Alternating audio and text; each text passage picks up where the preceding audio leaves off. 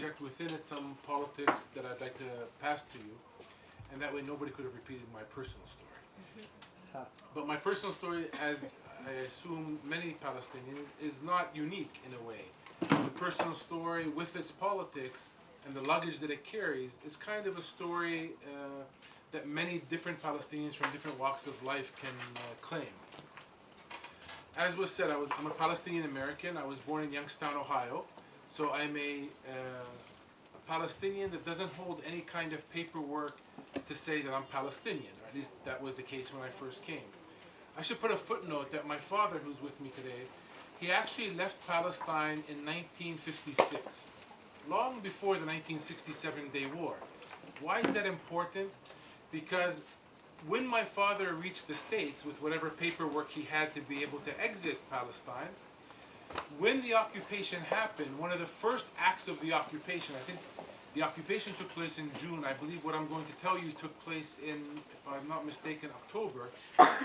They held a full census. Anybody who was physically here got what we call in common language the Palestinian ID. In more technical language, got a residency card. So someone knocked on every door. You were physically here, here meaning the West Bank, East Jerusalem, or Gaza. You were issued a card by the Israeli military to give you residency status in your home. That should be the first place that we kind of think something awkward is happening.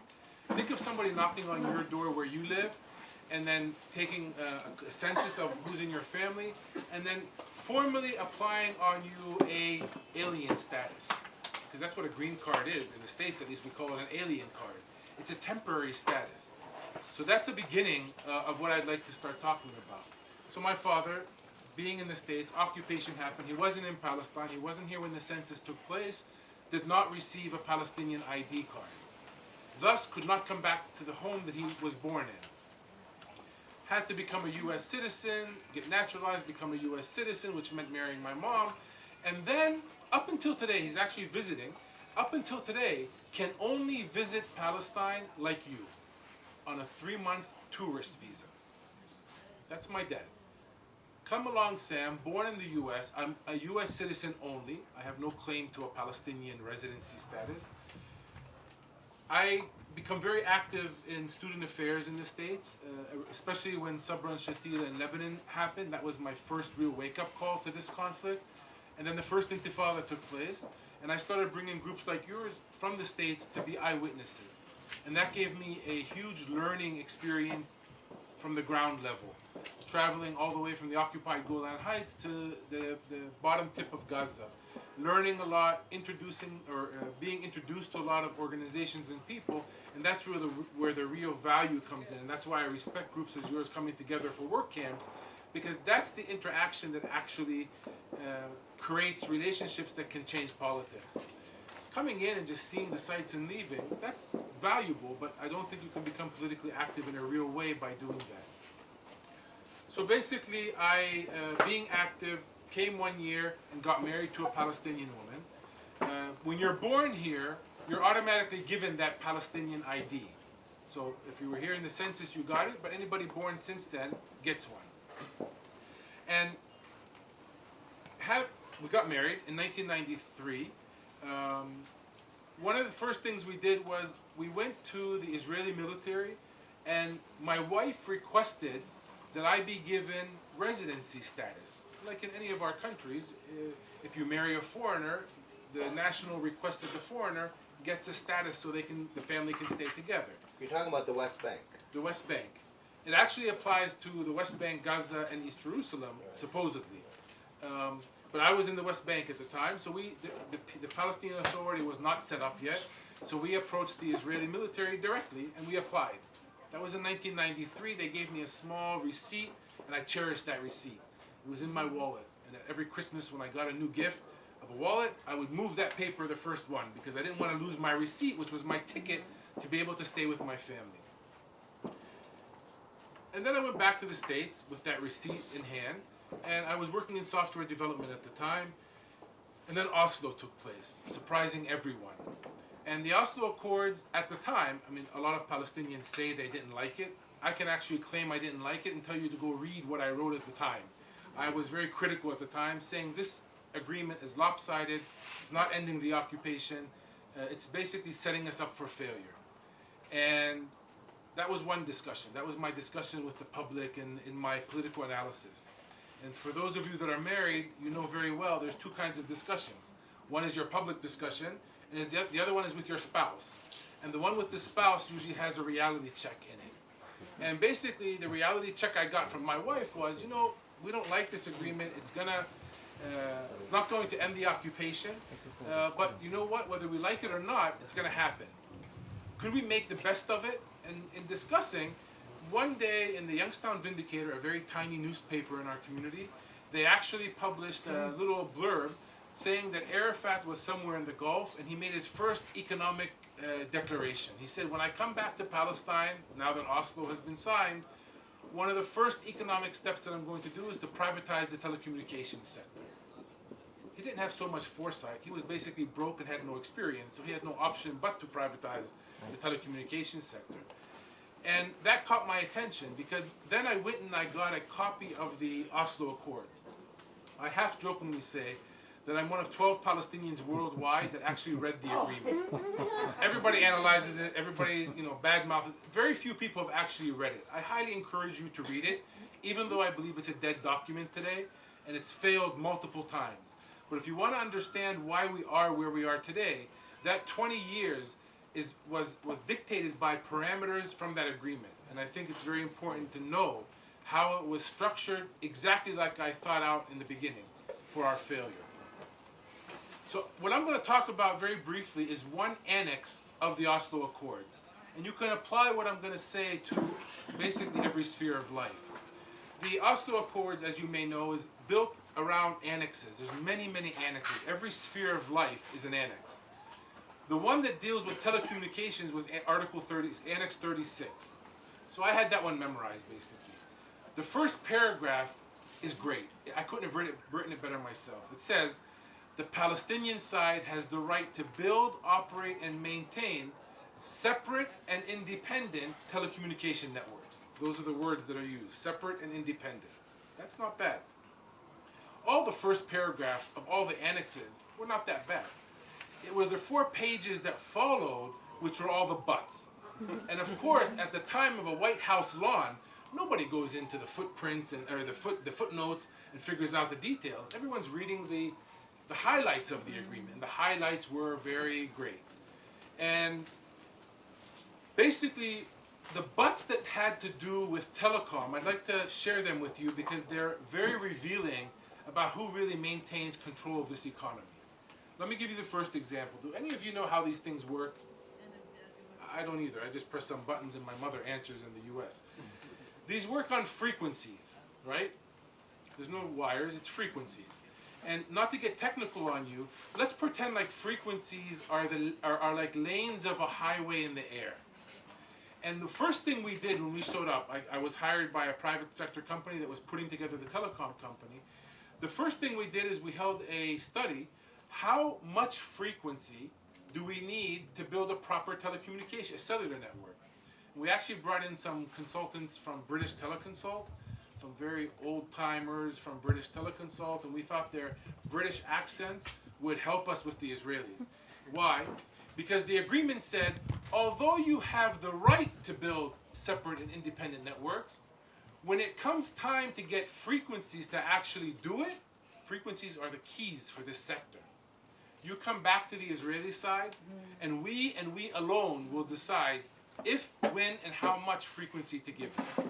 So we took our friendly British accented British people, and we went to the Israeli side with big studies, and we told them our foreign consultants have advised us that we need, for the sake of our discussion, 6 lanes of the highway in the air, 6 bands of frequency, let's call them. The Israeli side took about, I want to say around 20 months. When I'm speaking tonight, keep in mind when I talk about this took 20 months and this took 20 years, that's a lot of time buying. They took about 20 months, they came back and they said, we've decided, based on all the information you've provided us, to allocate you 2.5 lanes, not 6. What does that mean? It means in our proper study, in our proper network diagram, It meant that what we wanted to do was to build a tower here, you know, those towers you see on the rooftops, and a tower here, and connect them with 6 lanes of the frequency. When they said we can only have 2.5, it didn't mean we couldn't build the network. It meant that instead of one here and one here, now we had to build a tower here, a tower here, and a tower here, because we had less frequency. So we had to have more, what they call in the sector, hops. Every time I say the word tower, think $500,000. Heavy additional cost. We took on that cost and invested in the network. Second restriction in Oslo, it said, how did this phone get to me in Ramallah? Or for that sake, how did you get to us in Ramallah or Anata? Every single piece of equipment or person who wants to reach the West Bank must come through Israeli-controlled ports. That didn't change. It was that way before Oslo, it's that way throughout Oslo, and now even Oslo failed, it's that way today. Some people think that Oslo gave us control of the borders. It did not. So this piece of equipment from Samsung had to come through the ports. Every single piece of equipment that comes through Israeli ports must jump through 3 hoops. Hoop number 1, customs. The Israelis said, we will collect your customs. Not only that, we're going to apply our custom rates. Remember, the Israeli economy is very modern. It's up here. We were just starting. It was very low. And they said, we will apply our custom rates to anything you bring in. We will collect that money on your behalf. We'll take a very hefty administration fee, and we'll pass your money to you. And then, if you followed the news, that became a tool to punish the Palestinians. If we were good Palestinians that month, we'd receive our money. If we were bad Palestinians that month, like we went to the UN, for example, to get membership, then the money would be held to punish us. And knowing that we are dependent on those funds, they knew that holding the funds means teachers and firemen and policemen don't get paid. But it was a very cruel kind of way to control the society. That was hoop number 2. Every product jumps through that hoop. I'm sorry, that was hoop number 1, the customs. Hoop number 2, standards. They said that anything you import into the Palestinian economy must apply Israeli standards. The standards for an economy which is very modern. We are an underdeveloped, not even a developing economy. To apply those standards, which are a modern economy standards, is a nice way of saying we're going to levy a cost on you above and beyond what you can afford. That's a fact of life. It applies until today. And the third hoop that everything jumps through is the one we love best because we can't explain it. It's security. We had equipment, not handsets, but the equipment that goes on the back of these big towers. We had equipment that we brought in which sat at the Israeli port for security reasons, whatever that means, for over 2 years. Sensitive telecommunications equipment, which happened to come on the same shipment that an Israeli company ordered the same equipment. Theirs cleared in 3 weeks. Ours sat there. While it sits there, we pay the Israeli side what they call demurrage fee, which is storage fee. So we're paying for our equipment to sit in storage at the port where we're waiting for an undefined definition of security to be applied. That case itself that I'm talking about actually got into a lawsuit, which I think is still pending. We've filed lawsuit against them for holding up our equipment. So that was a second restriction, the frequencies being one, and all 3 of those in terms of how we import goods, another. A third one, and I'll stop here on this issue, a third one was, I assume you've seen maps and you're aware of what areas A, B, and C are? Yes? Well, the agreement said, if you want to create any kind of connection between areas A and area A, like Ramallah and Bethlehem, for sure we have to go through area C because no 2 areas A are connected. Area C is 62% of the West Bank. The agreement said every time you want to make a connection, a fiber optics cable, a microwave link, any connection through area C, you come back to our side every single time to get permission. Why is that a big deal? Because for the 30 years of occupation before Oslo, the telecommunications sector was in full, like everything else, in full Israeli hands. And the way they designed the network was the following. I live in a 3-story home. I live in the middle floor. My in-laws happen to live downstairs, and my father and mother have a floor upstairs when they come to visit. If I wanted to call my dad upstairs, the call would go to Tel Aviv or Jerusalem and then be transferred back upstairs. The network was designed to make sure there was an Israeli component in it for security reasons, for whatever reasons. When we came, we said separate and independent means something to us. When we call from Ramallah to Ramallah, we want it to be a local call. Not only that, we want to connect Ramallah to Bethlehem. We don't want that call to go to Tel Aviv either. And every single time until today that we want to connect two places, we have to go to the Israeli side and get permission. Now, all those restrictions that I spoke about, they were the small print in Oslo. At that time, when we faced these issues, already the White House lawn handshake had been done. The newspapers were already bored with the issue.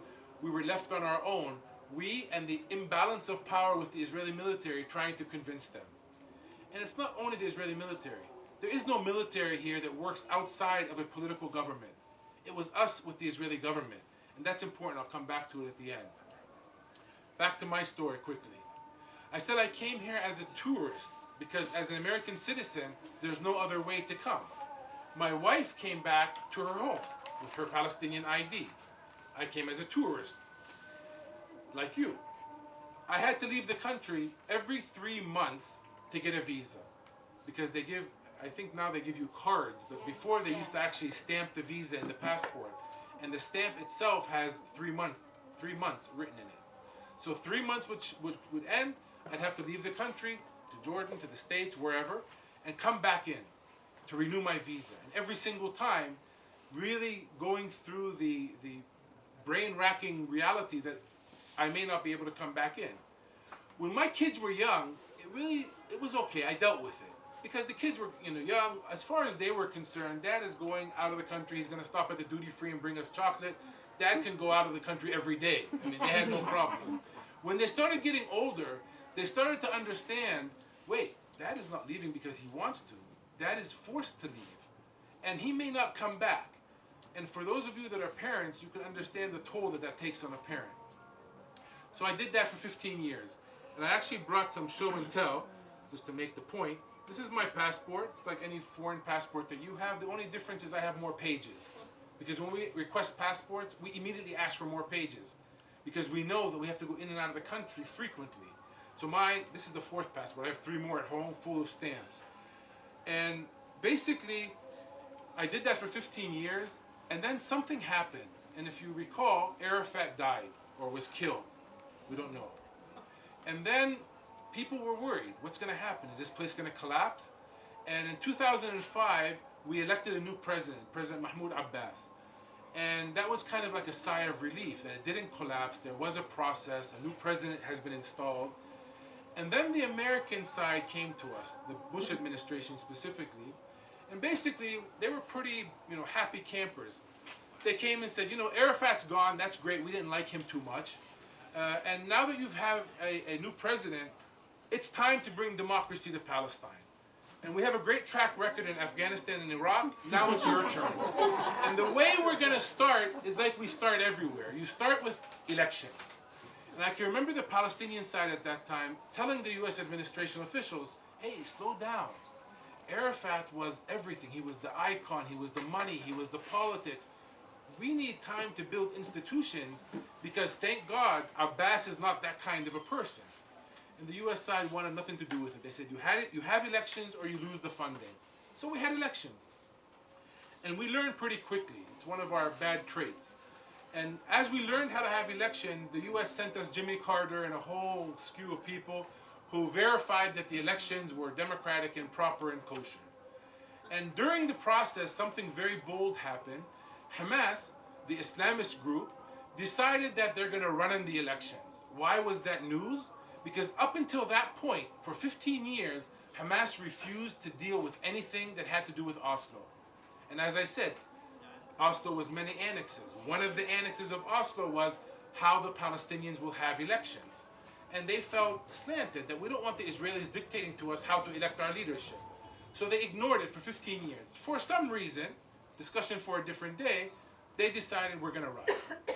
And you should have saw the American administration officials were grinning ear to ear. They were boasting. See, Palestinians? Oslo's not that bad.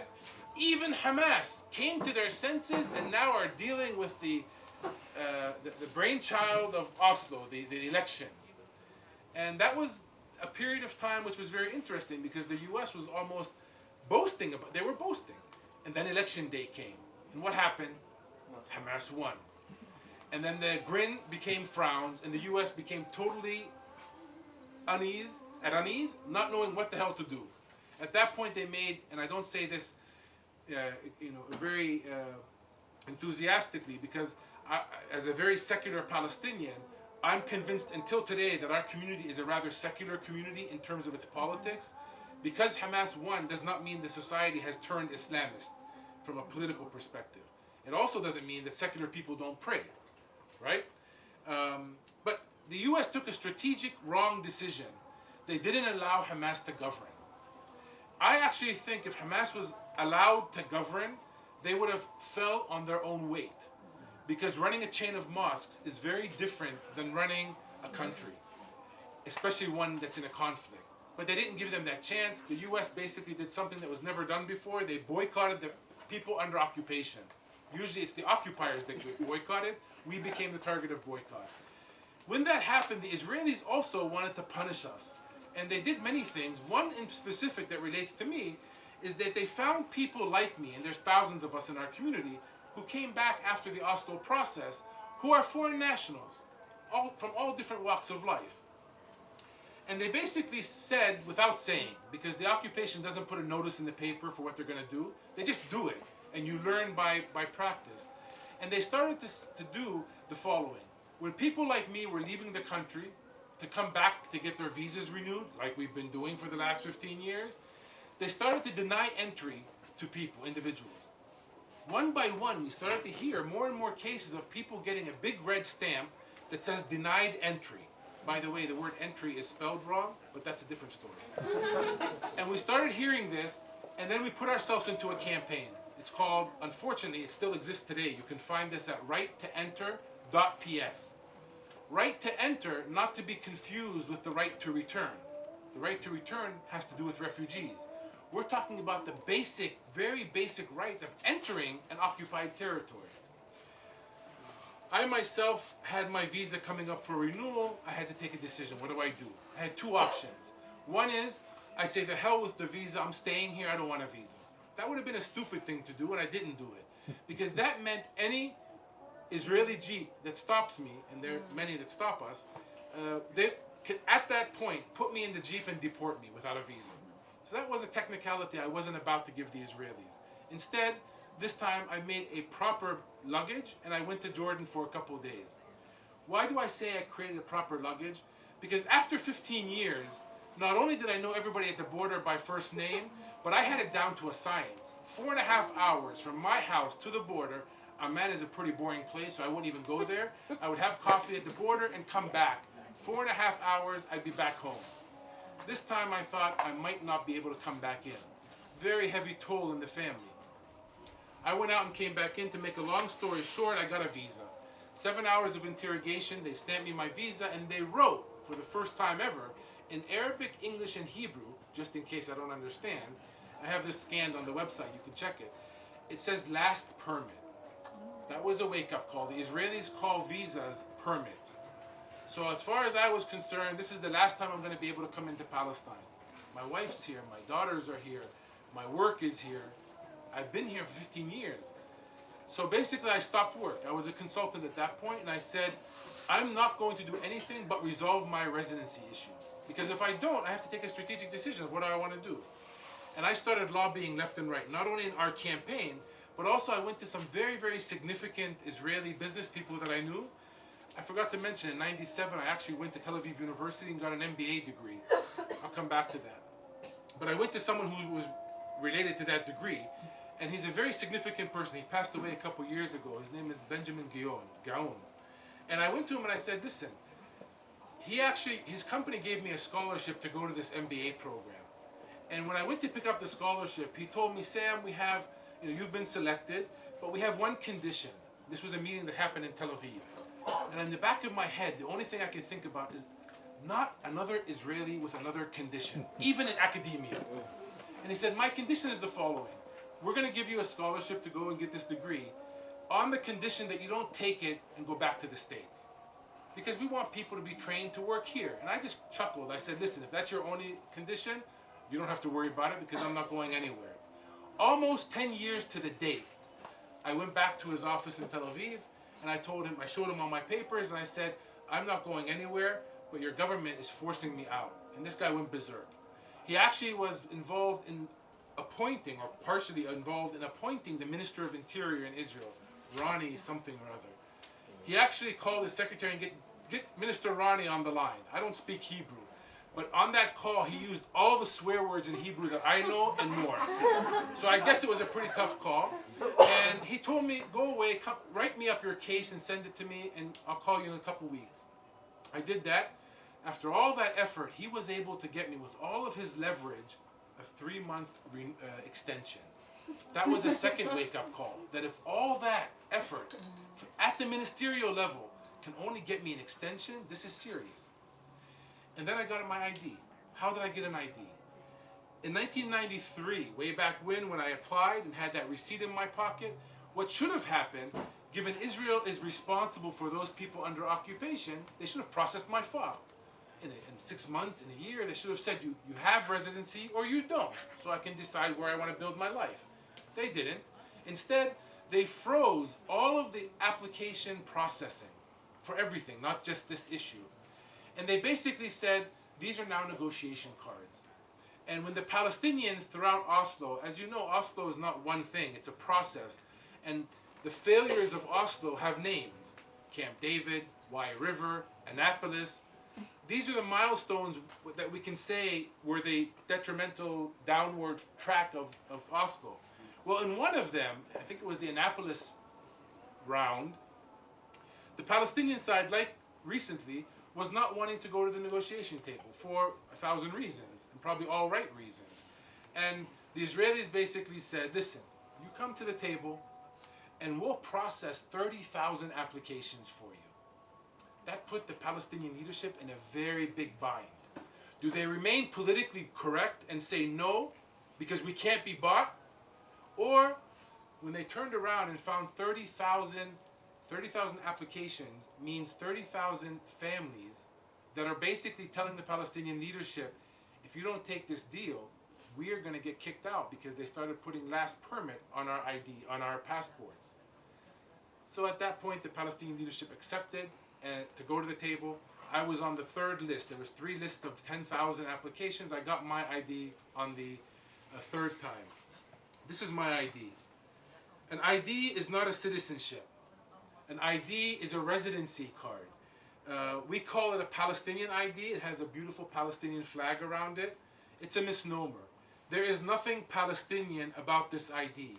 This is an Israeli military-issued residency card. It controls our movement and access. When they called me and told me my ID was ready, they told me, bring your passport. I told my wife, I'm worried about this. What do they want with my passport? This is a U.S. document. What do they want for this? I was scared they were going to take it from me. And it's my only citizenship. Remember, I have no other citizenship. So I went in my yellow-plated car, because I was a tourist at the time, and I drove to this office and took them my passport, showed it to her. She stamped the passport with a Hebrew stamp, this Hebrew stamp here, and she gave it back to me and gave me my ID and said, congratulations. I don't read Hebrew, so I went out and found somebody that did and told, what does this say? And it basically says, the holder of this foreign passport is a Palestinian resident, and there's a place here where you put the number, and they wrote my number of my ID. Basically what they did is they invalidated my passport here. Not in a technical sense. I'm still a U.S. citizen. My passport is still valid everywhere in the world. But the only place I can't be American is here, in Israel or the West Bank. There's something wrong with that equation. The only place I can't be viewed as an American is with our U.S. strategic ally. Now, if I go with you to the bus to Jerusalem, you all show your foreign passports. Well, I have a foreign passport, and I'll show mine. They'll open it up and find that stamp and tell me, take your passport back, where's your ID? So when I picked this up, I went back to my car. Going there, I was a totally legal driver. U.S. passport with a visa, with a tourist card, Israeli plated. When I picked this up and went back and sat in my car to go back home, I was a totally illegal driver. Why? Anybody who carries one of these is not allowed to drive a yellow plated car. Not in Israel, nor in the West Bank. Okay, so I sold my car. Anybody who has one of these is not allowed into Israel. I lost access to Tel Aviv University. And if any of you have an MBA degree, you know that you don't go for the degree itself, you go for the networking. And after I finished my degree in '97, I used to go about every 2 months back to the university campus because they would bring in very high-powered speakers that we would go and have free access to. I lost that access because I became a Palestinian.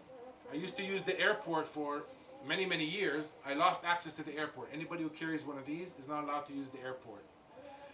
I also at the time was a business consultant, as I am today. A third of my clients were in East Jerusalem, one of them being the Maqasid Hospital, the biggest hospital here. I lost access to my clients. I lost those 3 clients. Anybody who carries one of these is not allowed in East Jerusalem. Okay, so I started to absorb what it means. Even though I've been writing about it for 20 years, I started to absorb what it means to be a full Palestinian in the eyes of the Israelis. And then, just to fast forward, I started looking around the business community, and I found some of my friends were going to Jerusalem, my Palestinian friends. And I was like, how do you get to Jerusalem? And they said, oh yeah, there's a permit system.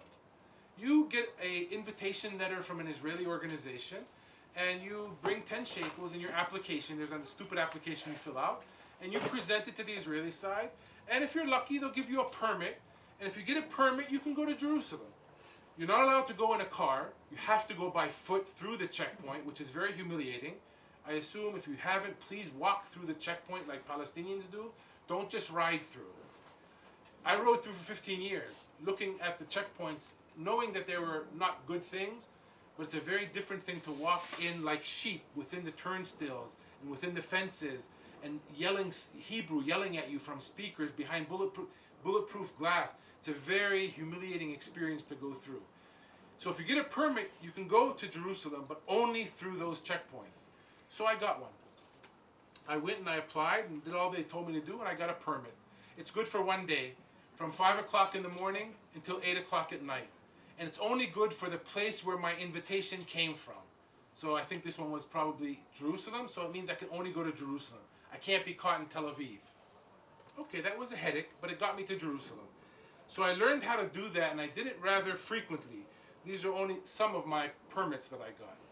And then I heard from a Palestinian business friend of mine that he got a permit for 3 months. And I said, wow, that'd be pretty neat to get one permit that's good for 3 months. Look what's happening to me already.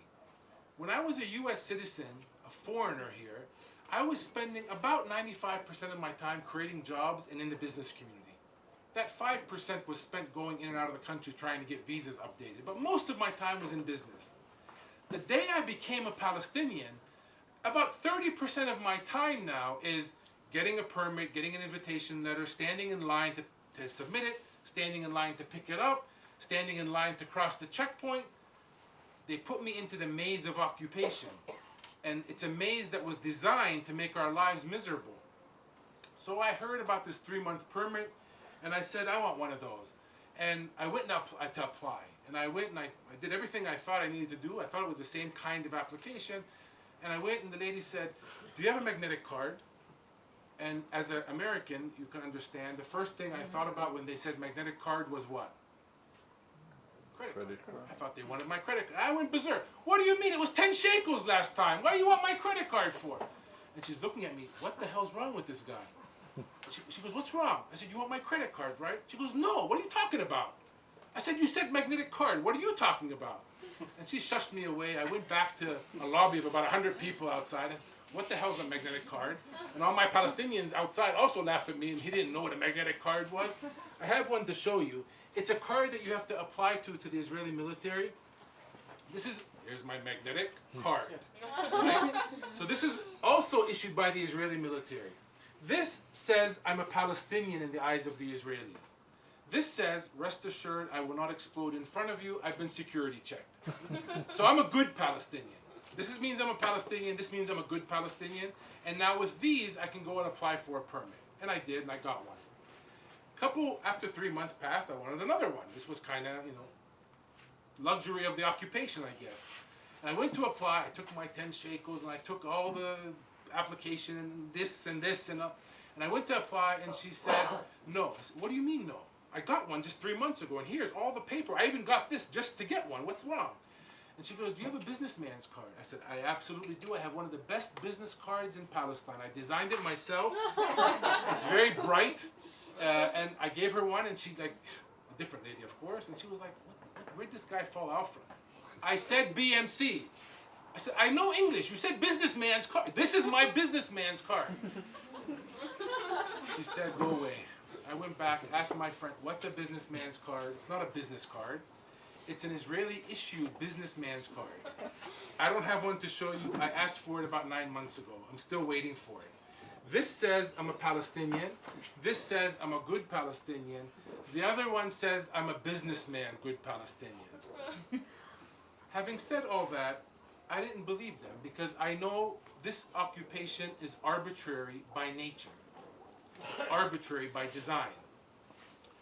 So I also sit on the board of a bank in Palestine, one of the bigger banks. And I went to, when you're a banker, you have a tie, and you're a different kind of person. You're not like, layman. You're a banker, right? And I went to the bank board and I told the secretary of the board, do me a favor, send a letter to the Israeli military administration and ask for a 3-month permit for me. Because I can't get one myself. And I've been waiting for this businessman's card and it's not showing up.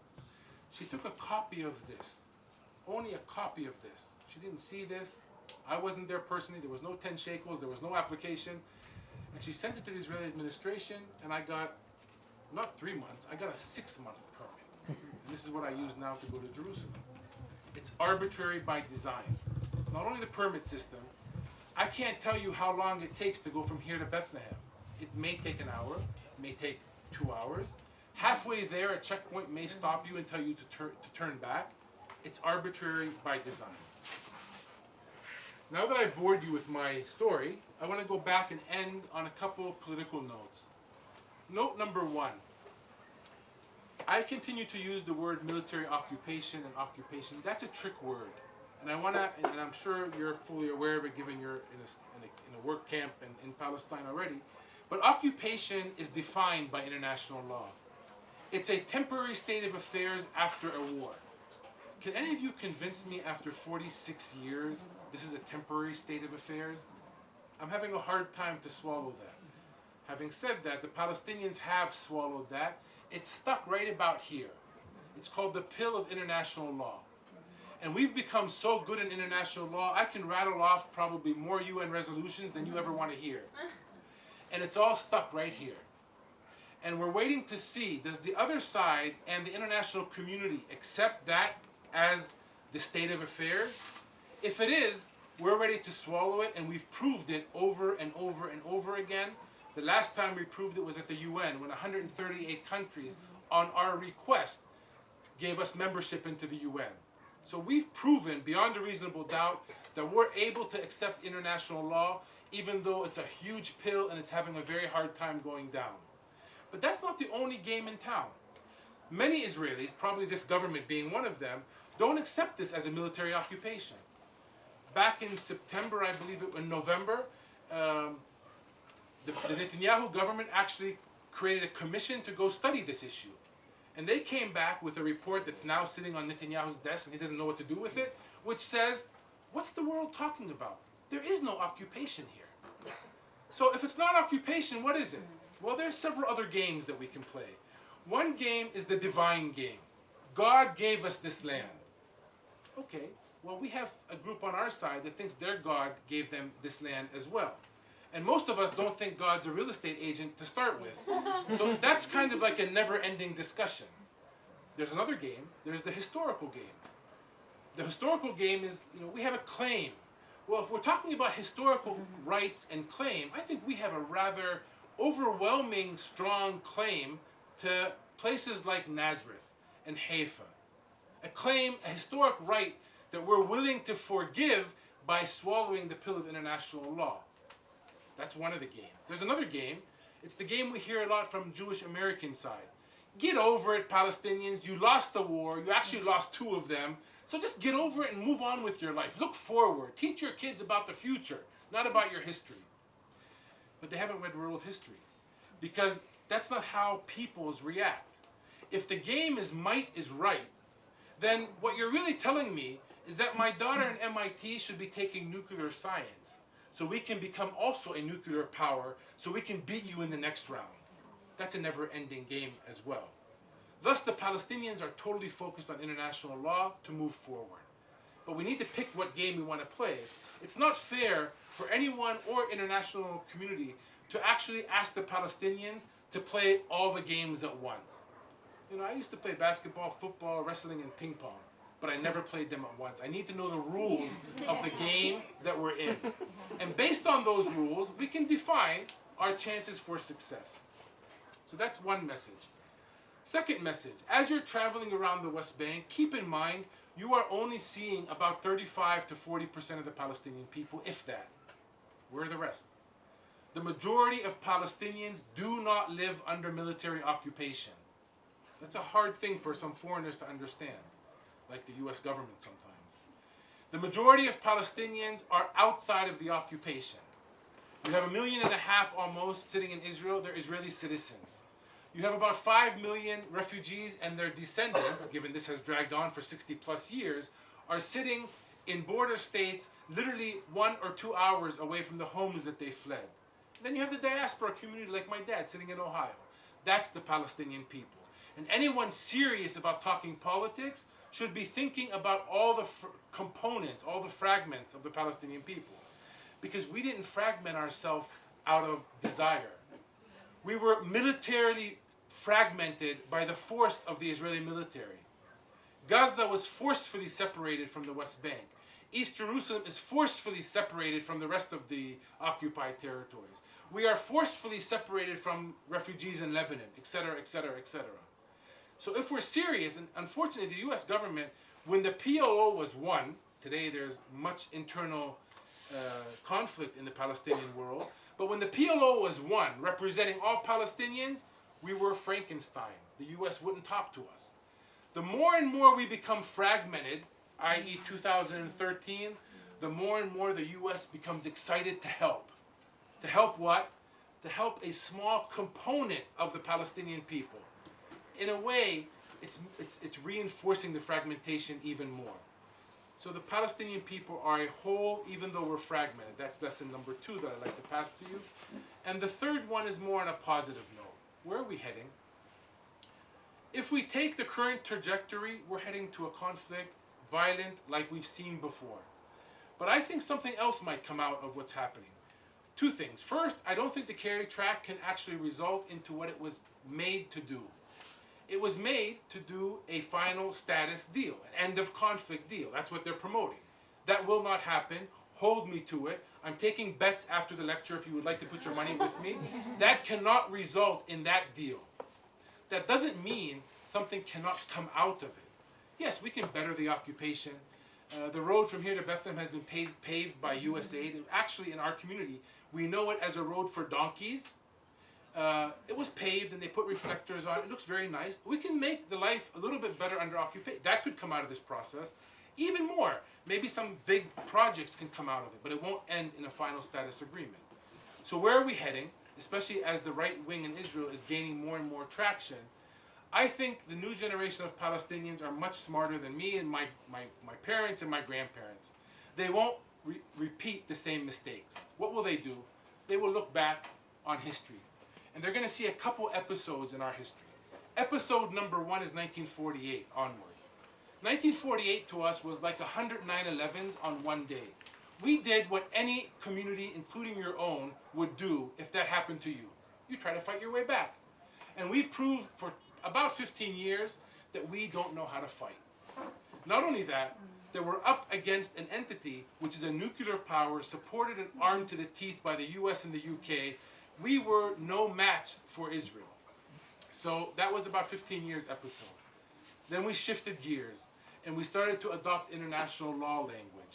And we learned international law and we did UN resolutions and the US would keep vetoing it over and over and over. That didn't work. So then the US side came and said, we know how to solve this for you. bilateral negotiations. You have to talk together. It's kind of like saying put the rapist and the raper in the room and let them work it out. Well, we were in the room for 20 years. We don't know how to work it out.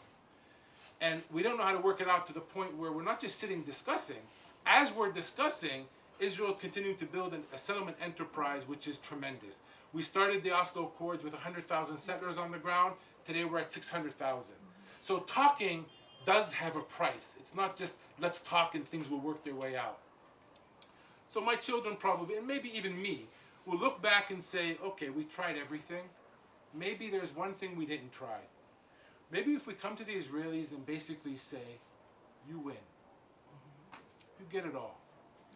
You get Israel, you get the West Bank, you get all the settlements, you get East Jerusalem and West Jerusalem, you get all the Jordan Valley, you get all the frequencies, you get all the water, and you know what else you get? Us. Now we heard you have free health care in Israel. Where do we pick up our card? And we want some of that free education too. And what I'm saying politically is that we are at a fork in the road. We were at this fork previously as well.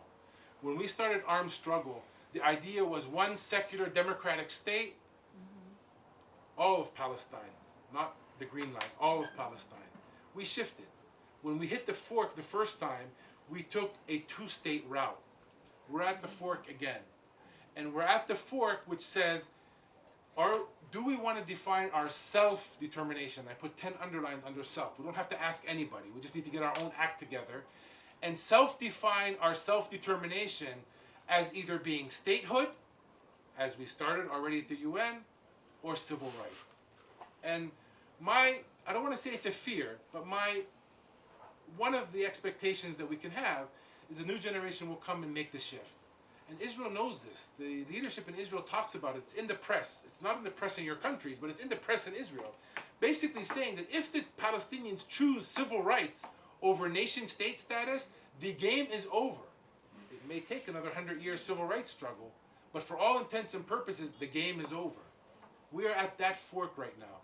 And that's actually why I think Kerry and company are so excited to try to create some progress. Because they're seeing that fork and they're seeing the Palestinian leadership losing any kind of credibility to convince the Palestinians to stay on track of two states. Given every single Israeli leader today is telling you 2 states is over. So how can the Palestinian leadership, no, the Israelis are misled. It's really there, they just don't want to say it. It's not convincing the younger generation who has the entire world in their iPhone. Unlike our generations, where we didn't have the capacity to have solidarity and to know information, today you're in the demonstration, the rock is coming to you, and you're sending a Twitter message before it hits you. That's a tool that's being used in terms of sharing of information. And that's why we come and speak to groups like yours. Because if this message gets out and the urgency of the message gets out, maybe we, civil society, can actually move our governments in the right direction. It's a huge task. But if not, we are not going to disappear. We're going to change strategies. And we'll still need your solidarity there as well. Other than that, everything is great. I'll stop there.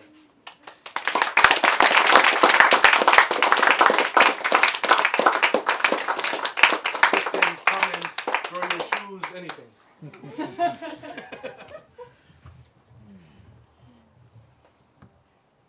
Well, I'll start. Yeah, well, No. okay. Sure.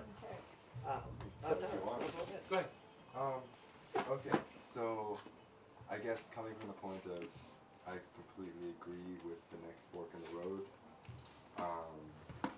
How are Palestinian civil society organizing, and what are the future challenges as they try to make these connections and eventually demand to be subsumed within Israel with full equal rights?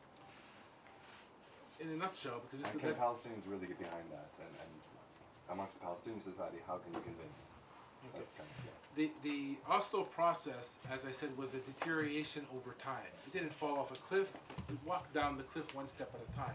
About halfway down the cliff, civil society saw that the leadership was going astray. The Palestinian leadership is talking about negotiations, and peace process is a strategic decision, and the settlements are growing.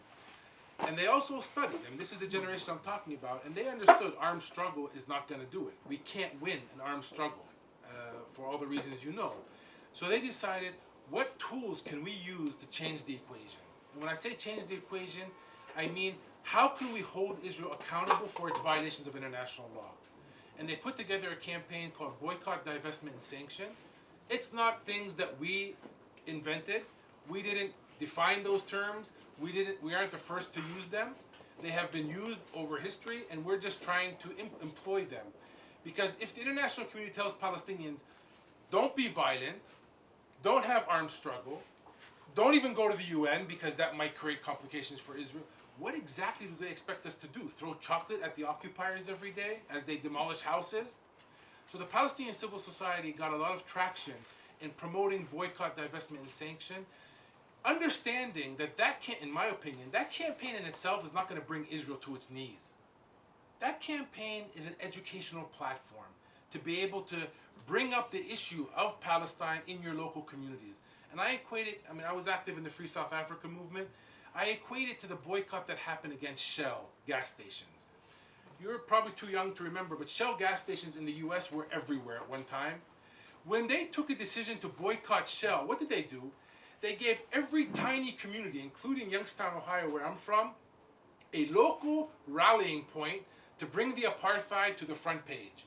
Because we then boycotted Shell in Youngstown, Ohio, and that's where we rallied. And we're trying to do the same thing, to rally civil society here and abroad around the issue of holding Israel accountable. Because if they're not held accountable, why should we expect them to do anything different? This occupation has been a tremendous, profitable enterprise for Israel. And Jeff worked on this, and I just saw, you probably saw the lab. Yeah. It's, you're listed at the end of it as well, I think. There's an Israeli filmmaker who actually produced recently, it's not online yet, but the website is there, a documentary about Israel's role in the arms industry. Amazing. I actually got a chance to screen it privately, and it's shocking. He went to senior people in the Israeli establishment, both Knesset members and in the military, and he went to exhibitions where all these Israeli armaments were on show, and he interviewed them, and they were so candid. Why is this industry so valuable for Israel? And this guy, Ephraim Snai, he says, you don't know? It's because these are tested weapons. We don't bring anything to the market unless they're tested. Where do they test them? Well, Gaza's a good testing area because nobody gives a shit about Gaza. The checkpoints that I go through are good testing areas because they're hidden in terminals that nobody actually sees. So civil society is basically saying, let's bring a cost on them. Let's make countries who buy their weapons embarrassed, uneasy. And so that's where civil society is picking up, but it's not only there. Civil society is also starting in a slow way to articulate a political horizon, because a lot of people have, because there's so little happening in our community activism-wise, people have latched onto BDS as if it's the only thing in town. But BDS is a tool. It's not a destination. So now the Palestinian youth, the younger generation, are starting to define, okay, with that tool, what political end do we want? And that's where the discussion comes out about, don't think that we're in a corner. We have many options, and one of them is to drop a statehood track and go to civil rights. But there's others as well.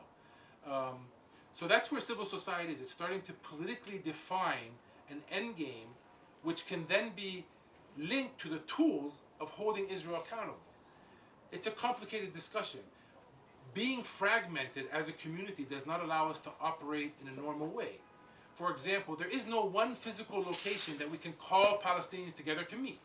So efforts, I'm involved in one of them. Efforts meet in Turkey, we meet in Cyprus, we meet in Jordan, and every time we're bringing different groups together, and thank God for Skype, we can actually, but that's a very difficult mobilizing environment to work in. And there's also a huge bottleneck that Jeff and I continuously talk about is the hesitation from the Palestinian side due to a lot of factors of linking up with peace activists within Israel. There's the wall is a physical separation, but there's a mental separation as well. And Palestinians, many of them in civil society, have said, we want nothing to do with the Israelis. And the Israeli government kind of likes that, because the worst thing that they want are Palestinians and Israelis working together to end the occupation. So that's the mapping of that. It's a complicated one, but it is being worked on. There's actually somewhere I can point you to, the effort that I'm involved in. It's called the Palestine Strategy Group, and you can find us at palestinestrategygroup.ps. And there's two documents there, which are strategy documents. One is scenario planning, and one is more of a strategy document. And you can start getting a feel for what Palestinian society is thinking. There's another one, I'm actually a board member on a virtual think tank called Al-Shabakeh. Al-Shabakeh in English is the word network. Al-Shabakeh is a policy forum, and a lot of people say we don't hear from Palestinians. Well, if you go there, all the issues that are issues will be in 3 to 4 page policy briefs from Palestinians themselves. So you can start getting a feel for Palestinian opinion. And that's important because the majority of the West hears our opinion through their think tanks and their diplomats. Very few go out of their way because for a long period of time we didn't have English material, but now we have English material out there from Palestinian voices. Can I just follow on from that then, Sam, please? Yeah. Because that's very interesting to know about, and it is, you know, is it going out to the different Palestine Solidarity. PSC, Palestine Solidarity campaigns in the different countries? Because I would hope so, but the discussions I've been in, and in all of our lobbying work that we're doing with, you know, other organizations within the UK, that information's not coming. I will take that to the board. I mean, that's important for us to know. I have to take that. Well, sorry, I'm very involved in networks within the UK, involved in lobbying. You know, we do coalition work as ICAHD UK, and that Those opinions are not those there. opinions aren't there at all. The only thing I can tell you that happened is that there was a conference this spring in SOAS where it was called by PSC, the lessons we can learn from Gaza. And there were a number of Palestinian voices, some the same type of Palestinian people there. And they were saying, we don't want any more aid from anybody in the UK. We don't want any charity visits. We don't want anybody even coming here to tell us what to do. We're fed up with that. We've had it. We want political action. You know, you come here and you engage and do it meaningful, or just go and lobby your politician. That's what they. I mean, there's a lot of frustration. I mean, I actually think they go together. I mean, I think, you know, being here and interacting is part of being able to mobilize in your own countries. But definitely, the weak spot that we have is lobbying governments directly. We don't have the resources, and to be honest with you, we don't have the mindset to lobby governments. This is a self-criticism, I'm included, we're comfortable in our solidarity world. Solidarity is one thing, civil society is one thing, hardcore dirty politics is where, unfortunately, decisions get made. And unless we're willing to roll up our sleeves and get into that debate, we're going to have a hard time affecting the policymakers. And I'm part of that. I mean, I don't like to go into that world either because it's a very sloppy and messy and very, you know, interest-oriented world. We're getting better at it. We're never going to be an APAC, but I don't think we need to be because I think there's different ways to organize. You don't just have to buy off congressmen, in the States at least. I mean, I actually think that policy is not made in capitals. Policy is made in communities. And if we can put enough pressure in communities, and we already have natural links within all communities. It doesn't work to sing about Bethlehem every Christmas if you don't understand that there's a wall around Bethlehem. Or Bethlehemites can't get to Jerusalem, or vice versa. So we have church communities, we have the youth, which are a strategic ally. And I honestly think we have more and more diaspora Jewish communities which are willing to mobilize on the right side of this conflict. Especially when we portray it in the proper way. We are not trying to bring Israel to its knees. We're trying to bring Israel in line with international law. And there's the voices that are out there, even within the Israeli community, like Breaking the Silence, or ICAHD, or in the States you have Jewish Voice for Peace. These are small cracks, but they're getting larger and they're gaining traction, and they provide for the established Jewish community alternatives. Today in Israel you have probably almost 50 maybe, probably more, Israeli students who are refusing to serve in the military because of the occupation. That was unheard of only 10, 15 years ago. So there's a lot, actually on my, if you go to my website or blog or whatever, it's a pretty rudimentary thing, but there's a lot of information there. It's epalestine.com. On the right hand side, I actually have a section of all the Israeli human rights organizations that I think are worthy of focus on. And it means something when you take Israeli sources to your political debates in your country. Because at the end of the day, the Palestinians are saying that because they're lying, because they're trying to get something. But when Israelis are saying it too, it adds another level of confidence to the people that you're talking to. Yes, sir. What about your own role in domestic politics here? Are you, other than the civil organization that you lead or get involved with, are That's you a good interested question. in I haven't yet. And even if I wanted to, there's something we need to keep in mind. That one of the destructions of the Oslo process, one of the damages, the structural damages, the one that the US likes kind of to ignore, is that the political system has been not only disrupted, but frozen. If I today decide I want to create a political party and run for office, there's nowhere to go to sign up. There's no registration office for political parties. There's no political party law. There's no parliamentary that's in session. Partly due to Israeli actions, because at one point they arrested just enough members of our parliament to make sure that the parliament couldn't have quorum to meet. That was an act on the Israeli side. But there's also an act on the political side and on the Palestinian side. The Palestinian leadership today is acting on its own with no reference point of a political system. So when I speak, usually I say my opinion, or to be honest with you, my 13-year-old daughter's opinion is equally valid compared to the president's opinion. Because he can't say that people are behind him, nor can my 13-year-old daughter. The political system has frozen. Another reason to question the steps that the politicians are making if it can't be referenced to any kind of political system. And that's a huge weakness on the Palestinian side. And when I said we need to get our act together to be able to redefine our self-determination, that's what I was talking about. Bringing back together our political system in a fragmented way, because we're a fragmented people. That's a huge challenge, a huge one. But it's one that we have to take on as Palestinians. And you see yourself play a role in that? I hope not. I don't know. We'll see. Feel free to stay in touch. There's actually a mailing list that I have that you can find at that epalestine.com website. My email is there as well, and I warn you, I will reply to your email if you send me an email. Have a good trip, and thanks for coming to Bill.